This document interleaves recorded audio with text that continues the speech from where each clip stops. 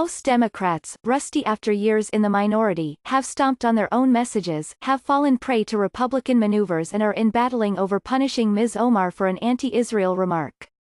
Washington, Representative Hakeem Jeffries, an unflappable Brooklynite tasked with keeping the fractious House Democratic caucus on message, wanted to spend Wednesday talking up the party's all-in-one voting rights and ethics reform bill making its way to a vote this week.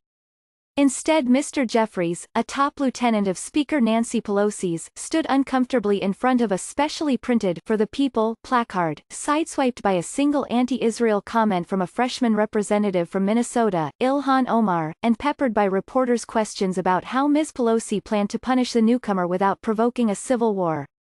So it has gone for Ms. Pelosi and her leadership team, which is showing some rust after 8 years in the minority.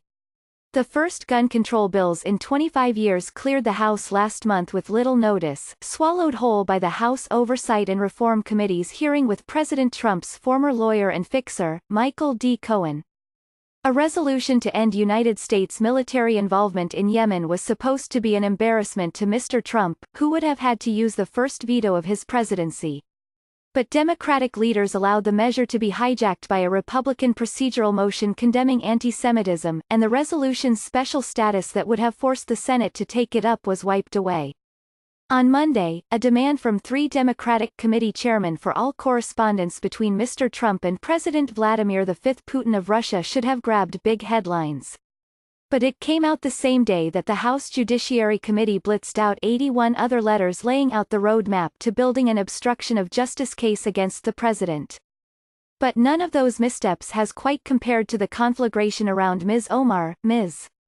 Pelosi and her team had hoped to move quickly past an agonizing internal debate that publicly exposed racial and religious divisions in the party. But during a testy closed-door meeting on Wednesday, a handful of her rank-and-file members criticized her plan to push a resolution condemning anti-Semitism and other bigotry in response to Ms. Omar's comments, all but accusing supporters of Israel of dual loyalty. The backlash forced her to delay a vote she had hoped would take place this week. More significantly, the battle overshadowed what was supposed to be a week when Democrats focused on the rollout of the For the People Act, or H.R. 1, a comprehensive government reform package intended to embody the party's progressive policy response to Mr. Trump.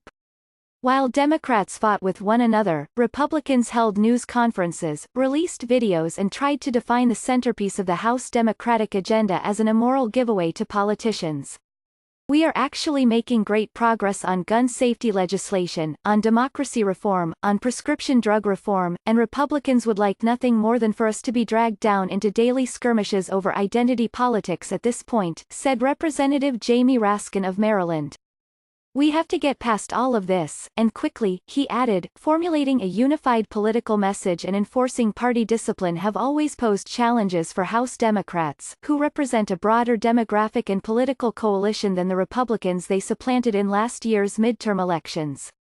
But herding the 235 Democrats in her caucus has proved difficult for Ms. Pelosi and her leadership team, and they have stumbled after besting Mr. Trump during the shutdown of the federal government in January. Message control has grown far more difficult since Democrats lost the majority in 2010, thanks to social media, which gives backbenchers like Ms. Omar the power to dominate the news cycle by pressing send on her cell phone. Yet part of the trouble lies with leadership, Democratic aides privately concede.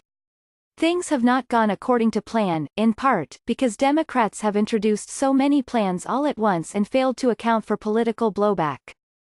The gun control bills did not have to come to a vote as Mr. Cohen took the witness stand. The demand for the Trump-Putin correspondence could have waited a day. And the Yemen resolution was considered privileged, guaranteeing it a Senate vote, until Democrats lost control of the floor on a Republican motion to recommit, a routine procedural maneuver that Democrats had little success with when they were in the minority but that Republicans have already secured a number of times. On Wednesday, it fell on Mr. Jeffries to reset the conversation. We are going to continue to proceed with a focus on our agenda, he told reporters. Nothing good is accomplished by being distracted by issues that divide the nation. We want to bring people together. There are folks in this town who want to tear folks apart.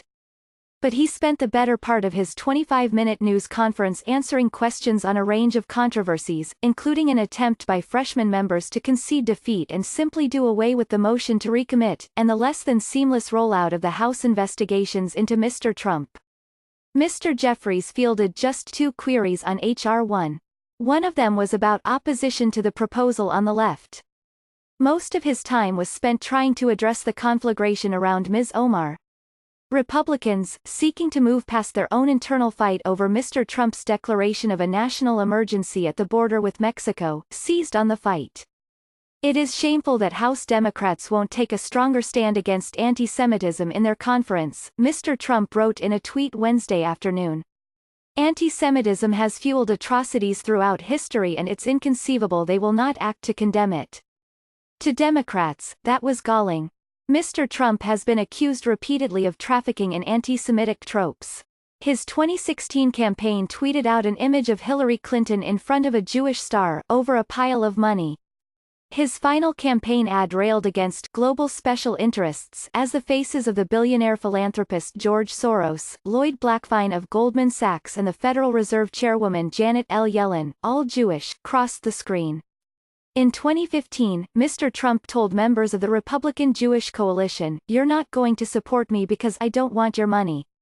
You want to control your politicians, that's fine." But many Democrats were not ready to let Ms. Omar off the hook. Several Jewish members of Ms. Pelosi's leadership team, including Representatives Eliot L. Engel, Nita M. Lowy and Gerald Nadler, all New Yorkers leading powerful House committees, talked over the weekend about how to respond to Ms. Omar's suggestion last week that pro-Israel activists were pushing for allegiance to a foreign country, a remark that her critics say played into the anti-Semitic trope of dual loyalty. Mr. Engel pushed for a resolution, as did 2 other prominent Jewish Democrats, Josh Gottheimer of New Jersey and Ted Deutsch of Florida.